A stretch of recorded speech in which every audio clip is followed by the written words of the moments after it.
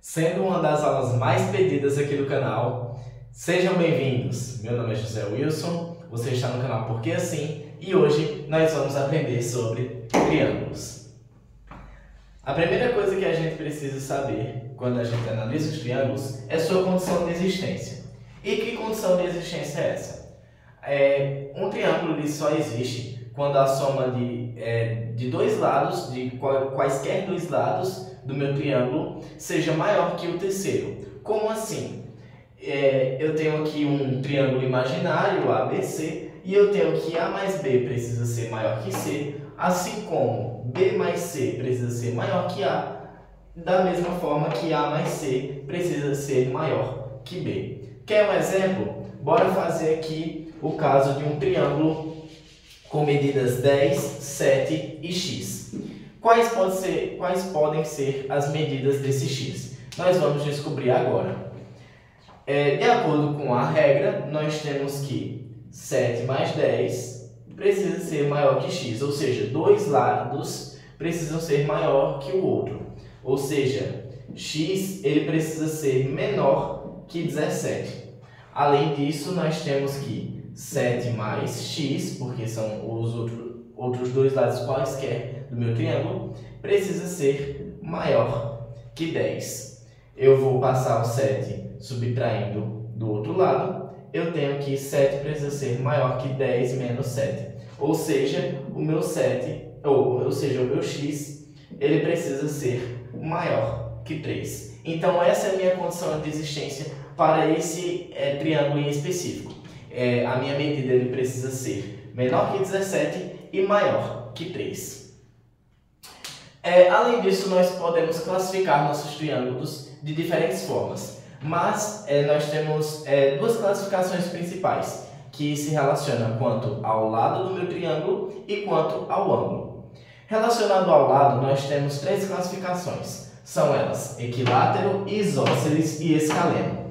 O equilátero é aquele triângulo que possui três lados iguais, enquanto o isósceles possui apenas dois lados iguais. Já o escaleno não possui nenhum lado igual.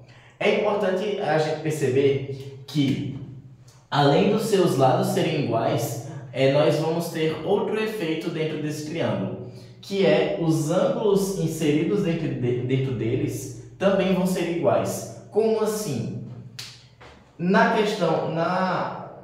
No exemplo do triângulo equilátero, nós temos que A é igual à medida de B, assim como a medida de C. E os seus ângulos eles vão ser iguais entre si. E uma observação é que para os triângulos equiláteros, nós temos que seu ângulo sempre vai ser 60 graus. Por quê? Nós sabemos que os triângulos eles possuem 180 graus de ângulos internos. E ao nós dividirmos igualmente em três lados, nós temos que esses ângulos medem 60 graus.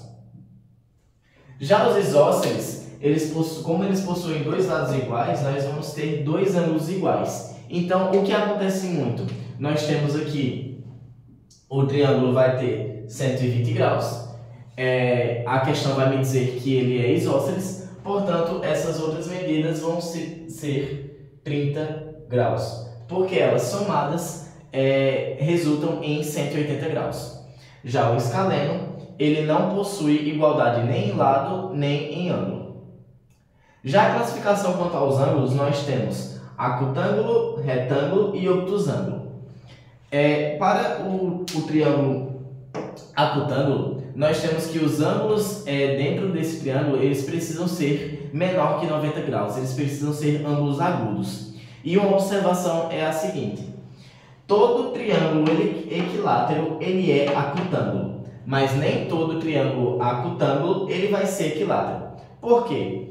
Nós já vimos que nos triângulos equiláteros eu tenho 60 graus de ângulos internos, ou seja, todos os ângulos são menores que 90, por isso ele se classifica no triângulo acutângulo. Porém, se eu tiver um exemplo desse triângulo aqui, vamos ignorar as suas medidas. Então, nós temos esse triângulo imaginário, na qual nós temos os ângulos de 57 graus e 43, e todos juntos, além do ângulo x imaginário, e temos que todos juntos precisam resultar em 180 graus. Então vamos fazer o seguinte: 57 mais 43, 3 mais 7, 10, 5 mais 4, 9, com 1, 10. Nós temos que esse ângulo daqui, ele precisa ser 80 graus. Ou seja, todos esses ângulos aqui, eles são ângulos agudos, eles são ângulos menores que 90 graus. O que comprova que nem todo triângulo acutângulo vai ser um triângulo equilátero. Justamente pelo equilátero possuir os seus ângulos todos iguais a 60 graus. Já o triângulo retângulo ele é um dos triângulos mais famosos, que é justamente por ter um ângulo de 90 graus nele. Já o obtusângulo, ele vai ter um ângulo obtuso. Como assim? Um ângulo acima de 90 graus. Aproveitando que estamos falando de ângulos, por que os ângulos internos, a soma dos ângulos internos de um triângulo é 180? Nós vamos ver isso agora. Eu tenho aqui duas retas paralelas. Quem viu o vídeo de ângulos aqui do canal vai entender mais aprofundado isso que a gente vai tratar. Então, se você não viu o vídeo, vai lá dar uma olhada e depois você volta, tá? Voltando, nós temos aqui duas retas paralelas e eu vou fazer um triângulo aqui dentro. Vou desenhar um triângulo aqui dentro. Tá certo, eu desenho um triângulo e eu tenho aqui o ângulo X, Y e Z. O que acontece é se eu prolongar os meus lados dos meus triângulos. O que acontece é que nós vamos perceber novamente aquela questão de paralelismo, na qual esse ângulo Y ele vai ser igual aqui, ele vai ser congruente ao meu ângulo, sei lá, W. Da mesma forma que esse ângulo W, ele vai ser congruente ao meu ângulo, sei lá, J. Ou seja, o meu ângulo Y, ele é igual ao meu ângulo W, o meu W é igual ao meu ângulo J, ou seja, esse ângulo aqui também é meu ângulo Y, porque eles são iguais entre si. Da mesma forma, nós temos essa relação em Z, ou seja, nós temos aqui o ângulo de Z. E o que acontece? Quando a gente tem esse cenário na qual nós temos uma reta e nós temos todo esse ângulo daqui de baixo, esse ângulo daqui de baixo é 180. Ou seja, eu estou dizendo que Y mais X mais Z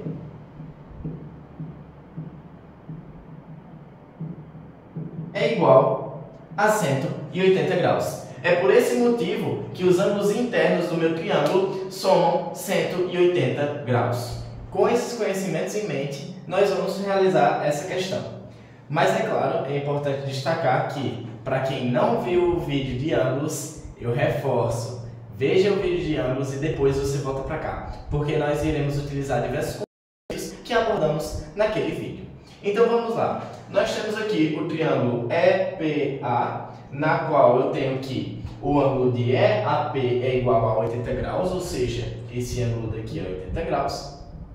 E eu tenho que PIR e EC são bissetrizes dos ângulos EPA e AEP, respectivamente. Estou falando de bissetriz. O que a bissetriz faz? A bissetriz ela corta os meus ângulos em consecutivos e adjacentes, né? O que isso quer dizer? Isso quer dizer que eu vou cortar igualmente o ângulo de E. Ou seja, eu vou ter dois ângulos iguais. Bora chamar eles de X. E eu tenho que... vou fazer o mesmo com P. Bora chamar eles de Y. Com essas informações, vocês já conseguem fazer a questão. Então, pausem, tentem fazer a questão e depois vocês continuam com o vídeo. Bora lá! Após essa informação, o que é que eu tenho? qual é a soma dos ângulos internos de um triângulo mesmo? Ah, é 180. Então eu tenho aqui 2x mais 2y mais 80 graus daqui é igual a 180 graus. Para quem não entendeu, a gente está fazendo a soma dos ângulos internos dos triângulos EAP. Beleza, eu vou passar esse 80 para o outro lado subtraindo, eu vou ter 2x mais 2y é igual a 100, 180 menos 80 é igual a 100, e aqui eu vou simplificar por 2, ou seja, eu obtenho x mais y é igual a 50 graus. Aí beleza, vamos analisar agora esse triângulo aqui de dentro. O triângulo EAC. Novamente, eu vou ter um ângulo imaginário, que eu vou chamar de W. E aí, nesse ângulo W, o que eu posso deduzir nele? Qual é a soma dos ângulos internos de um triângulo mesmo? Ah, é 180.